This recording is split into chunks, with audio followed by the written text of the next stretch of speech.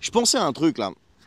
J'ai hésité à faire cette vidéo, mais il faut quand même la faire. On passe toujours pour les gens qui se plaignent, qui... Non, non, non. Si tout allait bien, et si vous voulez, le pays n'était pas dans un gouffre financier, comme le disent les parlementaires, regardez la commission, on a une commission parlementaire sur les mensonges de Bruno Le Maire, etc. Eh bien, on n'aurait pas à parler de ces choses-là. Mais moi, il va falloir qu'on m'explique une chose. Comment ça se fait que dans un pays qui a un taux de prélèvement obligatoire qui est équivalent à 48% de son produit intérieur brut, 48% de ce que tu produis passe en prélèvement obligatoire. C'est-à-dire que tout ce qui est produit en France, 48%, donc près de la moitié, ce sont les prélèvements obligatoires. Prestations sociales et j'en passe. Je parle même pas encore de la TVA et tout ça. Mais on est quand même dans la merde. Mais comment c'est possible? Enfin, je sais pas. Tu es salarié. Alors, tu regardes ton bulletin de salaire, les gens lisent le net. Il faut lire le brut. Regarde tout ce que tu leur donnes sur ton salaire. Et à la fin de l'année, ils viennent te réclamer un impôt sur le revenu. Quand tu vas faire tes courses, tu payes de la TVA. Non mais, c'est une dinguerie. T'habites dans une maison, tu payes une taxe foncière. Alors oui, bien sûr, la taxe d'habitation, je sais pas quoi, mais regarde le montant de la taxe foncière pour ceux qui sont propriétaires, comment il a augmenté. Tu es entrepreneur. Tu factures 10 000 euros de TTC à un chantier, t'enlèves la TVA. Bon, allez, on va partir sur une TVA à 20%. Il te reste, allez, à la louche, 8 000.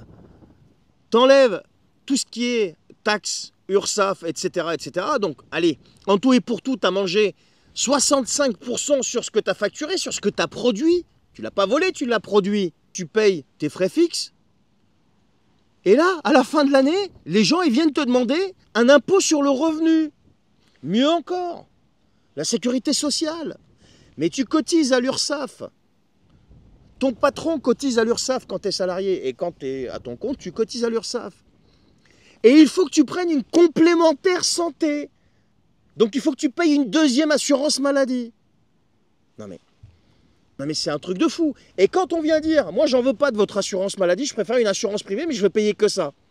On te dit, ouais, n'importe quoi, il faut préserver notre système social. Mais notre système social de quoi? 3200 milliards de dettes, on est dans un gouffre pas possible. Bruno Le Maire, il a été épinglé pour maquillage des comptes, mensonge sur mensonge, et tu viens nous dire, il faut préserver notre système social? Mais lequel? C'est pour ça que je vous dis, je voulais pas faire cette vidéo. Et j'ai hésité à la faire. Je résume, tu produis, on te prend de la TVA dessus, on te prend les cotisations sociales, donc ça comprend en très grande partie l'URSSAF, et pour ton assurance maladie, tu es obligé de prendre aussi une complémentaire santé, donc ça t'en fait deux, et si tu as le malheur d'avoir des problèmes d'ophtalmologie ou de dentition, bah alors là je t'explique même pas, tu as intérêt à en avoir une bonne, sinon tu es dans une merde noire. Et à la fin de l'année, une fois que tu as payé tout ça, on vient te réclamer un impôt sur le revenu. Comment ça s'appelle ça? Mais même les pires communistes n'ont pas fait mieux. Bravo, franchement bravo, c'est extraordinaire. Et pour ceux qui viennent m'expliquer qu'il faut préserver tout ça, mais encore plus bravo. Parce que vous êtes irrécupérables les mecs.